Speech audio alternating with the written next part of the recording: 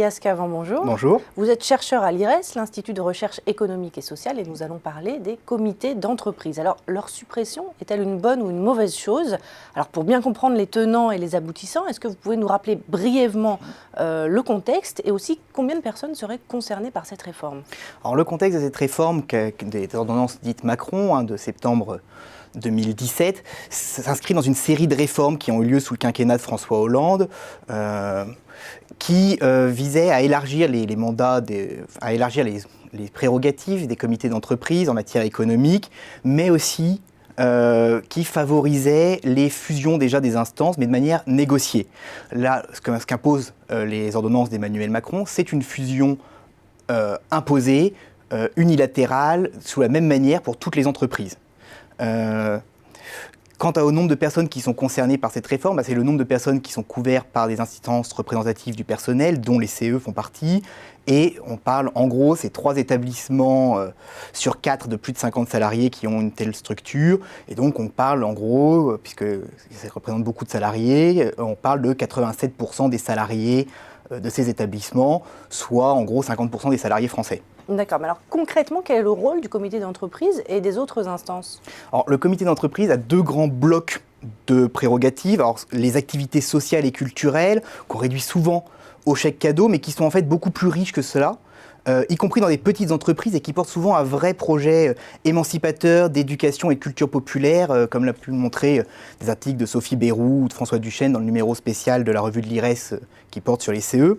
Et l'autre, de l'autre côté, ce sont les fonctions économiques et sociales dans lesquelles le CE est consulté annuellement sur le bilan de l'entreprise, ses prévisions d'emploi, des besoins de compétences, la stratégie, etc.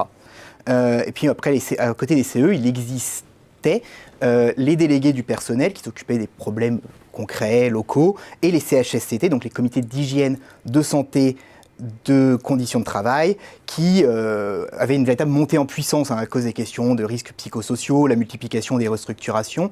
Voilà, mais tout ça, ça impliquait une articulation assez fine de ces instances, et notamment du CE qui s'occupe de la stratégie, et du CHSCT qui s'occupe des conséquences concrètes de ces stratégies. Alors, quel va être l'effet d'une fusion de ces instances? En fait, il faut bien distinguer 2 problèmes. D'un côté, c'est le problème des moyens qui vont avoir lieu, qui vont être donnés après la fusion. Et le deuxième, c'est le principe de fusion lui-même.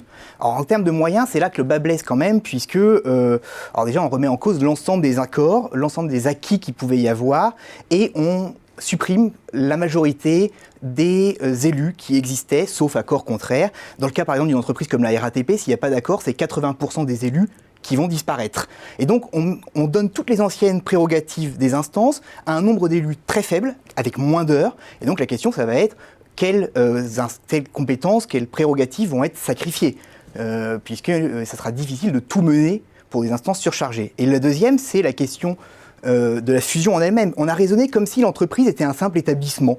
Or, la plupart des entreprises françaises, c'est des entreprises multi-établissements, avec les CE qui sont au niveau régional, le CHSCT, notamment dans l'industrie, qui est au niveau du site concret de travail, et puis les DP, les délégués du personnel, qui sont encore en dessous, au niveau de la ligne, par exemple, de production dans une usine.